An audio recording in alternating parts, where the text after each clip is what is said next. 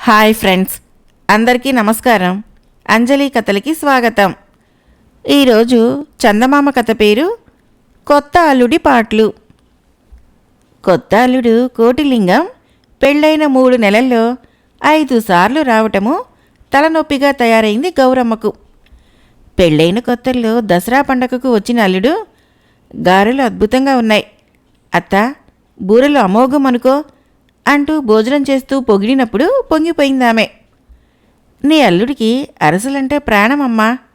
ఏడాది క్రితము వాళ్ళ బామ్మ పోయేంతవరకు ఎప్పుడూ ఆయన కోసము డబ్బా నిండా అరిసెలు చేసి ఉంచేదట.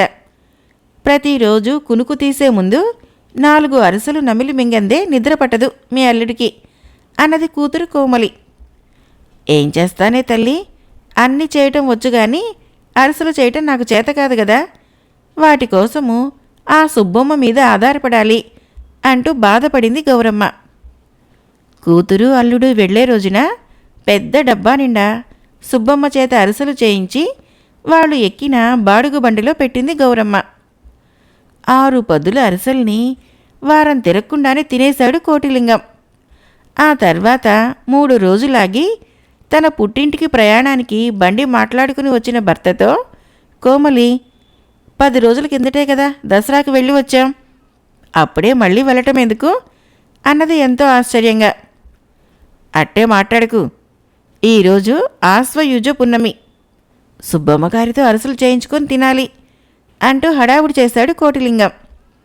అది మొదలు పౌర్ణమి అని, ఏకాదశి అని, మాస శివరాత్రి అని, ఇలా ఏదో వంకన పెళ్ళైన 3 నెలల్లో 5 సార్లు అత్తవారింటికి వెళ్ళి సుబ్బమ్మ చేసిన అరసల డబ్బాలు నిండుగా పట్టుకొని వెళ్ళాడు కోటిలింగం. ఈసారి శని త్రయోదశి వంకతో అత్తవారింటికి వెళ్ళాడు కోటిలింగం. ఆ శనిపీడ వదిలినా ఈ అల్లుడి శనిపీడ ఈ జన్మకి విరగడయ్యేలా లేదు అంటూ విసుక్కున్నది గౌరమ్మ. ఆ మధ్యాహ్నము కొట్టు కట్టేసి భోజనానికి వచ్చిన కోమలి తండ్రి భార్యను, అల్లుడు అమ్మాయి వెళ్ళేది ఈ సాయంత్రమే కదా అని అడిగాడు.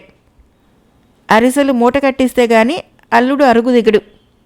మన పనివాడు రంగడి చేతికి సరుకులన్నీ ఇచ్చి ఇప్పుడే సుబ్బమ్మ దగ్గరికి పంపిస్తాను, సాయంకాలానికి అరిసెలు సిద్ధమవుతాయి అన్నది గౌరమ్మ కోపంతో.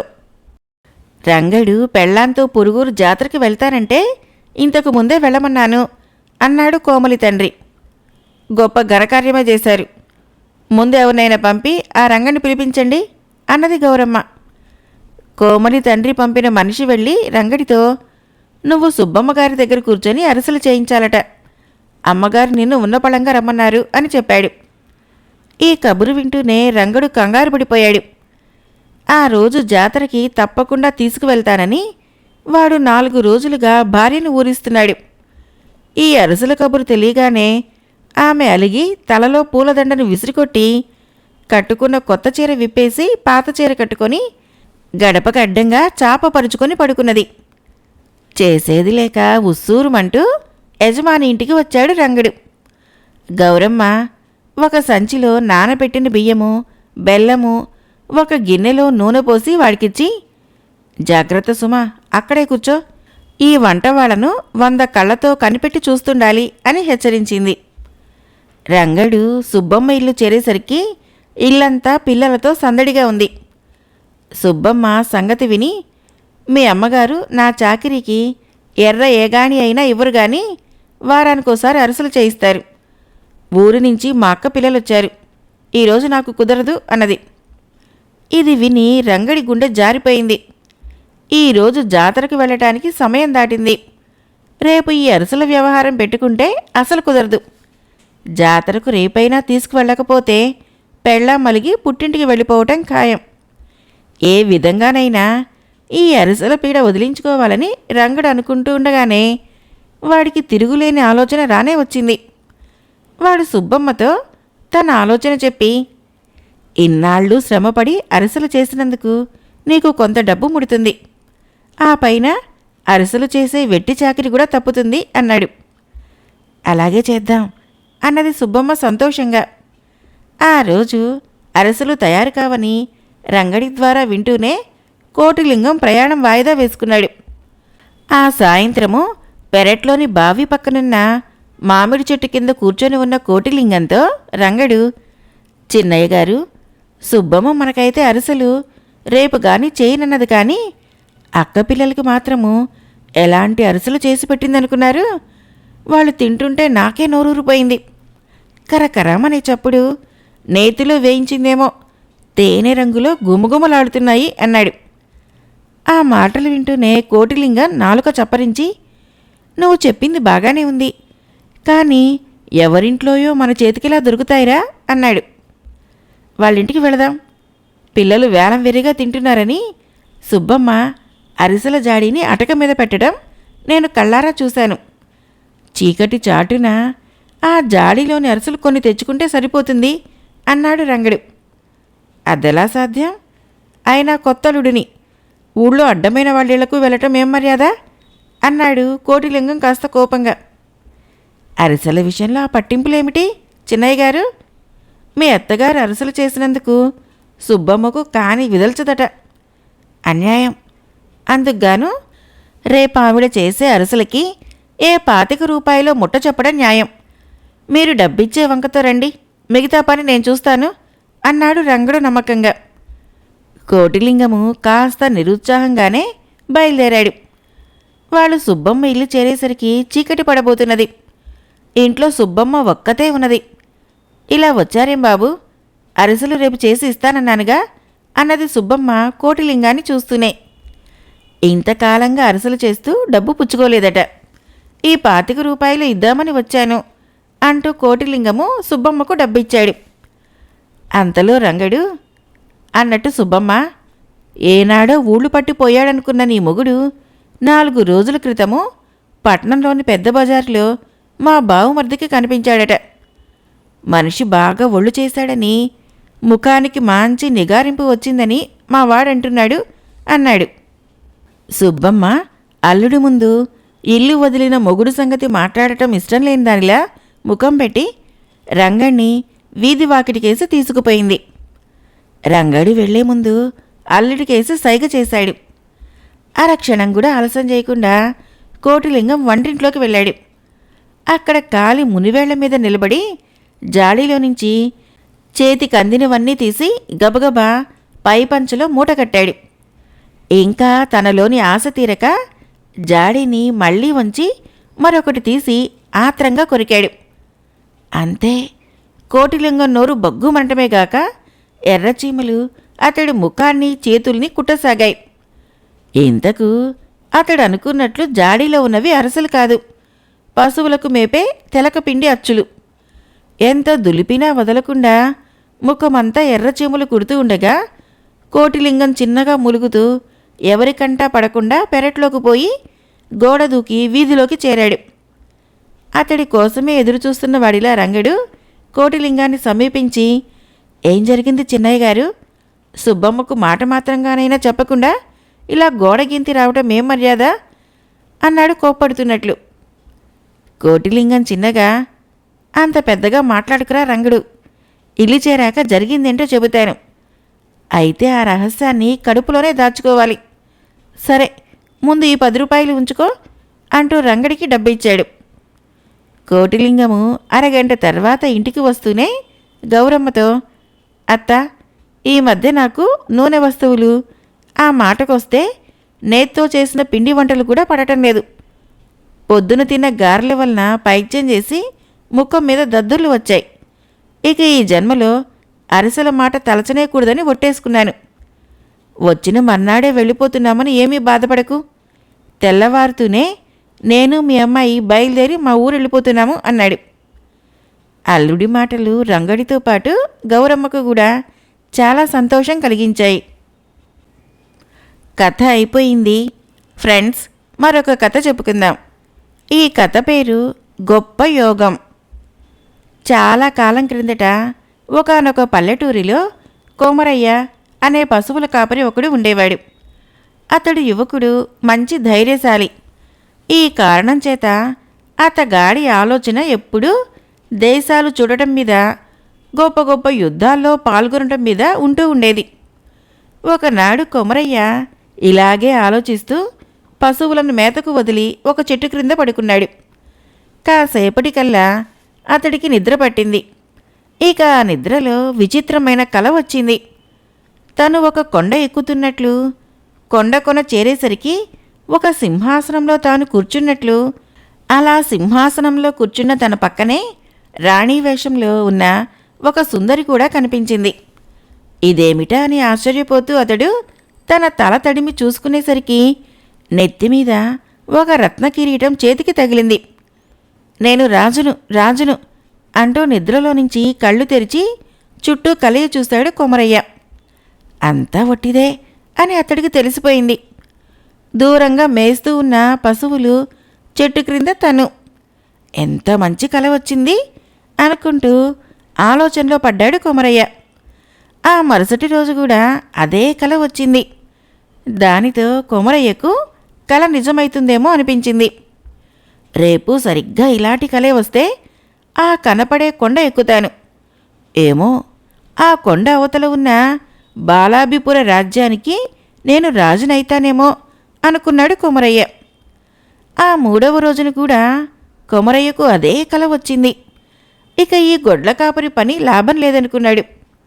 చెట్టు కింద నుంచి లేచి కొండకేసి బయలుదేరాడు. సాయంత్రానికి ఎలా అయితేనేమి శ్రమపడి కొండపైకి చేరాడు. కానీ అక్కడ సింహాసనం లేదు, రాణి లేదు. అయినా కొమరయ్య ఎంత మాత్రమూ నిరుత్సాహపడలేదు. చీకటి పడేసరికి కొండ దిగి తిన్నగా బాలాభిపుర రాజ్యంలోకి ప్రవేశించాడు. అప్పటికి కొమరయ్యకు బాగా ఆకలి వేసింది. చుట్టుపక్కల ఎక్కడైనా పల్లె గాని జనసంచారం గాని కంటపడుతుందేమోనని చూశాడు. చీకటి, కీకారణ్యం తప్ప మరేం కనపడలేదు. సరే, ఈ రాత్రికి ఇక్కడే చెట్ల క్రింద పడుకొని తెల్లవారి ఏదైనా గ్రామం చేరుకుందామనుకున్నాడు. కొమరయ్య అక్కడ ఉన్న చెట్టు క్రింద కాళ్ళు ముడుచుకొని పడుకున్నాడు. ఆకలి దహించుకుపోవటం చేత నిద్ర సరిగ్గా పట్టింది కాదు. అంతలో ఆ పక్కనే గుర్రాల సకిలింపు, 4-5 మనుషులు మాట్లాడుకోవటము అతని చెవిన పడింది. కొమరయ్య చెవులు రిక్కించి వాళ్ళ మాటలు వినసాగాడు. అక్కడికి కొంచెం దూరంలో చెట్ల చాటున ఒక పాడుబడిన ఇల్లు ఉందని వాళ్ళ సంభాషణ బట్టి గ్రహించాడు. ఆ అశ్వికులు ఆ రాత్రికి ఆ పాడుబడిన కొంపలో తలదాచుకుందామనుకుంటున్నారు. కొమరయ్య చెట్టు క్రింద నుంచి లేచి చడీ చప్పుడు లేకుండా వాళ్ళని వెంబడించాడు. కొద్దిసేపటికి వాళ్ళు ఆ పాడుబడిన ఇంటికి చేరారు. అందరూ గుర్రాలు దిగి ఇంట్లోకి ప్రవేశించి దుప్పట్లు పరుచుకొని పడుకున్నారు. కొమరయ్య ఏం చేయటమా అని ఆలోచిస్తూ ఆ ఇంటి గోడ పక్కనే చీకట్లో నిలబడ్డాడు. వాళ్ళు దొంగలేమో అన్న భయం కూడా కలిగింది కొమరయ్యకు. కాసేపటికల్లా కొమరయ్య అనుమానించింది నిజమే అని తేలింది. వాళ్లల్లో ఒకడు అధికార స్వరంతో ఇలా అడిగాడు, ఒరే రాబందు, ఇవాళ నువ్వేం సంపాదించావు?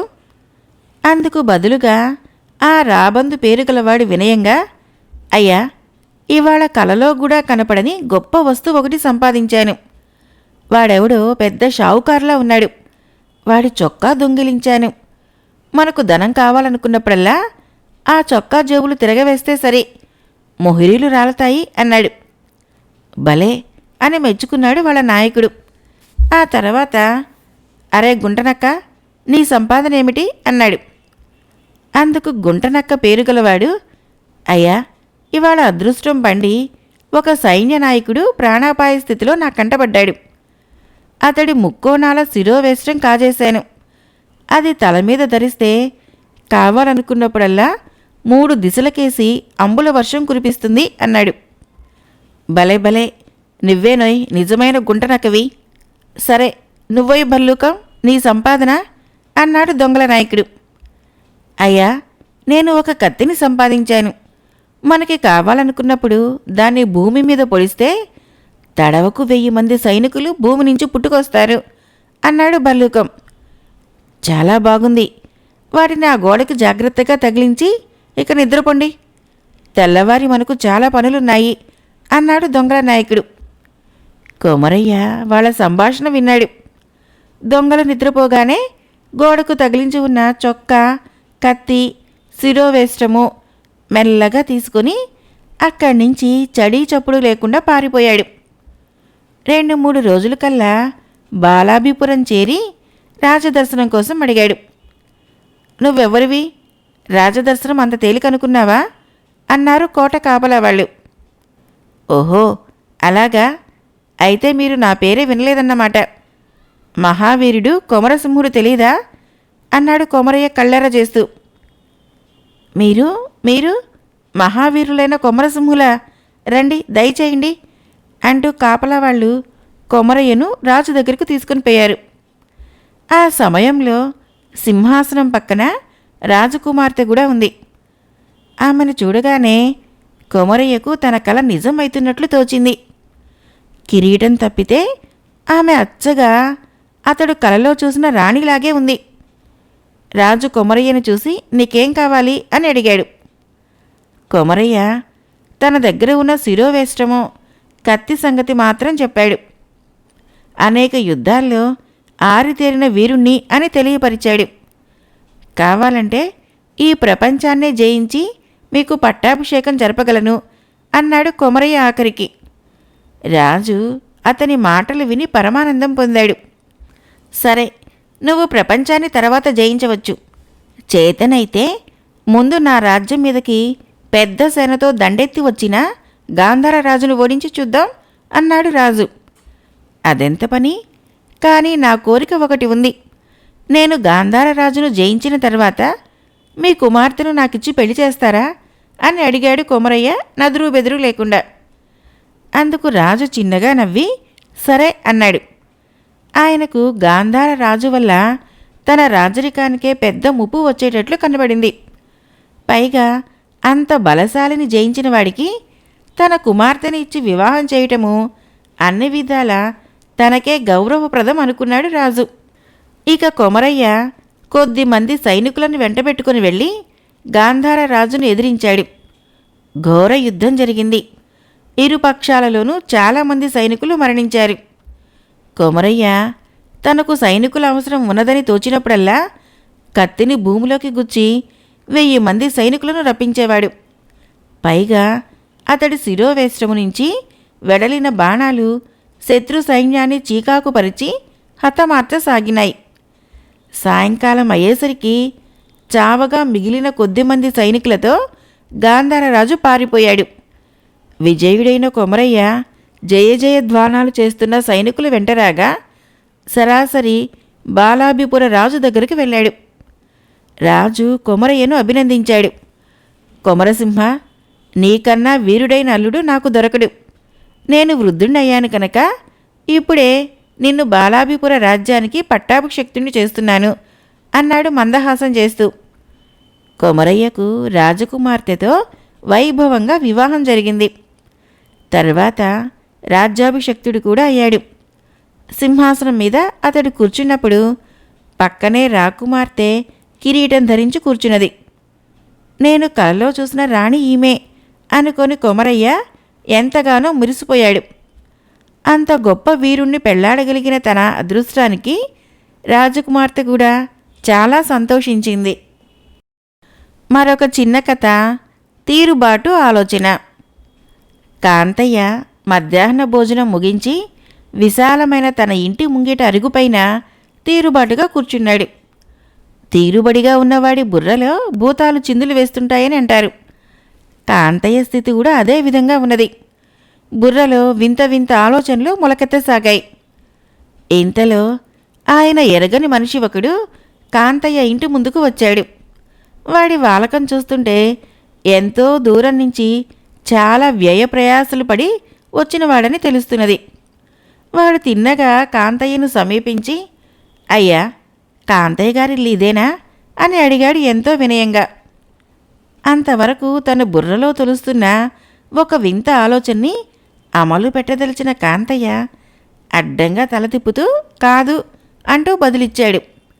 కాదా అంటూ అయోమయంగా అడిగాడు ఆ వచ్చినవాడు. కాదు, కాంతయ్య అన్నవాడి ఇల్లు ఊరుకు ఉత్తరంగా ఉన్న శివాలయం సమీపాన ఉన్నట్లు గుర్తు. అక్కడికి వెళ్ళు అన్నాడు కాంతయ్య. సరేనంటూ వచ్చినవాడు ఉత్తర దిక్కుగా సాగిపోయి గంట తర్వాత తిరిగి కాంతయ్య దగ్గరికి వచ్చి, అయ్యా, మీరు చెప్పిన గుర్తుల ప్రకారము శివాలయ ప్రాంతాలకు వెళ్ళి విచారించాను. అక్కడ కాంతయ్య పేరుగల వాళ్ళెవ్వరూ లేరు. ఎవరిని విచారించినా ఆయన ఇల్లు ఇక్కడేనని చెబుతున్నారు అన్నాడు. అలాగా, తెలిసి తెలియని వాళ్ళు చెప్పటానికి ఏముంది, కానీ ఇది కాంతయ్య ఇల్లు మాత్రం కాదు. ఇదిగో ఈ దారి వెంట బాగా ముందుకు పో, చెరువు గట్టు మర్రి చెట్టు తగులుతాయి, అక్కడ అడిగి చూడు అన్నాడు కాంతయ్య. కాంతయ్య చూపిన దారి వెంట వెళ్ళిన అపరిచితుడు కొంతసేపటికి మళ్ళీ తిరిగి వచ్చి, అయ్యా, చెరువు గట్టు ప్రాంతంలో కాంతయ్య అన్నవారే లేరు. ఎవరిని అడిగినా ఇల్లు ఇక్కడేనని చెబుతున్నారే అన్నాడు.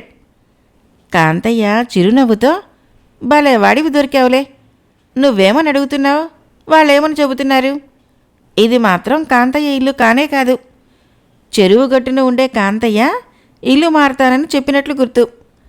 అయితే మారిపోయాడన్నమాట. ఇకనేం, తిన్నగా పడమటి దిక్కుగా సాగిపో, గ్రామ సత్రం వస్తుంది, అక్కడ విచారించు పో అంటూ వాణ్ణి పంపించేశాడు. సత్రం వైపు వెళ్ళిన అపరిచితుడు గంట తర్వాత కాళ్ళీడ్చుకుంటూ కాంతయ్య దగ్గరికి వచ్చి, మీరు చెప్పిన సత్రం వద్ద కాంతయ్య అన్నవారెవరూ లేరు, అందరూ ఆ ఇల్లు ఇక్కడేనని చెప్పారు అన్నాడు నీరసంగా. అంతా విచిత్రంగా ఉందే, కానీ కాంతయ్య ఇల్లు మాత్రం ఇది కాదు. సత్రం దగ్గర ఉండే కాంతయ్య మరొకసారి ఇల్లు మారానన్నాడని ఎవరో అనగా విన్నాను. అయితే మళ్ళీ ఇల్లు మారినట్లుంది. ఇలా దక్షిణ దిక్కుగా వెళితే చింతల తోపు తగులుతుంది, అక్కడ వాకపు చెయ్యి అన్నాడు కాంతయ్య. కాంతయ్య ఇంటి కోసం వెతుకుతూ చింతల తోపుకు వెళ్ళిన అపరిచితుడు నిస్సత్తువుగా అడుగులు వేస్తూ మళ్ళీ కాంతయ్య దగ్గరికి వచ్చి, అయ్యా, ఆ చింతల తోపు వద్ద దయ్యాలు తప్ప మనుషుల నివాసాలు ఉన్నట్లు కనిపించదు. పొలాల్లో పనిచేసుకుంటున్న వారిని కూడా అడిగి చూశాను, వాళ్ళు కాంతయ్య ఇల్లు ఇక్కడే అని చెప్పారు. కానీ మీరేమో కాదు కాదు అంటున్నారు. ఏం చేసేది, కాంతయ్య గారి ఇంటి కోసం ఇంక వెతకటం అన్నది నా వల్ల కాని పని, వెనుదిరిగి వెళ్ళిపోతాను అంటూ ముందుకు కదిలాడు. కాంతయ్యకు ఇక తన ఆట ముగించబుద్దేసింది. ఏమిటి, ఊరికి 4 దిక్కులా ఎవరినడిగినా కాంతయ్య ఇల్లు ఇదే అని చెప్పారా? నిజమే, మరి నేనే కదా కాంతయ్యను, ఇదే కదా నా ఇల్లు, మరి నువ్వు వచ్చిన పనేమిటో చెప్పు అని అడిగాడు నింపాదిగా. ఇది విని వచ్చినవాడు కోపాన్ని అణుచుకుంటూ, అయ్యా, కాంతయ్య గారు మీరే అయి ఉండి కూడా చెప్పకుండా నన్ను ఊరంతా తిప్పించారు, కారణం ఏమిటి అని అడిగాడు. ఓ అదా అంటూ కాంతయ్య తేలిగ్గా నవ్వేసి, ఈ ఊరిలో నేను, నా పేరు, నా ఇల్లు ఎందరికి తెలుసునో తెలుసుకోవాలన్న దివ్యమైన ఆలోచన కలిగింది. సమయానికి నువ్వు దొరికావు. నీ అనుభవాన్ని బట్టి చూస్తే ఊరి నలుమూలలా నేనంటే ఎరుగని వారు లేరని తెలుస్తుంది. బేష్, నాకున్న పేరు ప్రతిష్టలు చూసుకుంటుంటే నాకెంతో గర్వంగా ఉంది. సరే, ఇక ఇప్పుడు చెప్పు, నువ్వు వచ్చిన పనేంటో వివరించు అన్నాడు. వచ్చినవాడు నిలువునా ఊగిపోతూ గొంతు పెగిల్చుకొని, అయ్యా, నేను జనార్దనపురం నుంచి మీకోసం ఒక అత్యవసరమైన కబురు మోసుకుని వచ్చినవాణ్ణి. కోటీశ్వరుడైన మీ బంధువు శ్రీకంఠుడికి ఈ ఉదయం అకస్మాత్తుగా గుండెపోటు వచ్చింది. ఆ తర్వాత కొద్దిసేపటికే ఆయన మరణించాడు. ఆయనకు భార్యాపిల్లలు ఎవరూ లేరన్న సంగతి మీరెరిగిందే కదా. అందువలన ఆయన మరణించే ముందు మిమ్మల్ని మరి 2 దాయాదుల్ని గుర్తు చేసుకుని తన మరణ వార్త మీకు అందించవలసిందని, మీలో ఎవరు ముందుగా వచ్చి తన చితికి నిప్పంటించి అంతిమ సంస్కారాలు జరిపిస్తారో వారికి తన యావదాస్తి చెందాలని చెప్పి కన్నుమూశారు. నేను వారి దగ్గర పనివాడిని. ఈ కబురు మీకు వేగంగా చేర్చి మీ మెప్పును, బహుమానాన్ని పొందాలని ఆశించి వాయు వేగంతో వచ్చాను. చివరికి ఇలా అయింది. మనం తక్షణం బయలుదేరి వెళ్ళినా ఫలితం ఉండబోదు. మిగిలిన వారి దాయాదులిద్దరిలో ఎవరో ఒకరు ఈసరికి ఆ కర్మకాండ అంతా ముగించే ఉంటారు అన్నాడు కళనీళ్లతో. తీరుబాటుగా కూర్చొని చేసిన ఆలోచనని అమలులో పెట్టినందువలన కలిగిన ఫలితాన్ని చూసి కాంతయ్య నెత్తి నోరు బాదుకున్నాడు. కథ అయిపోయింది. ఫ్రెండ్స్, నా కథలు నచ్చినట్లయితే మన ఛానల్ని తప్పకుండా సబ్స్క్రైబ్ చేయండి, లైక్ చేయండి, షేర్ చేయండి, కామెంట్ చేయండి. Thank you.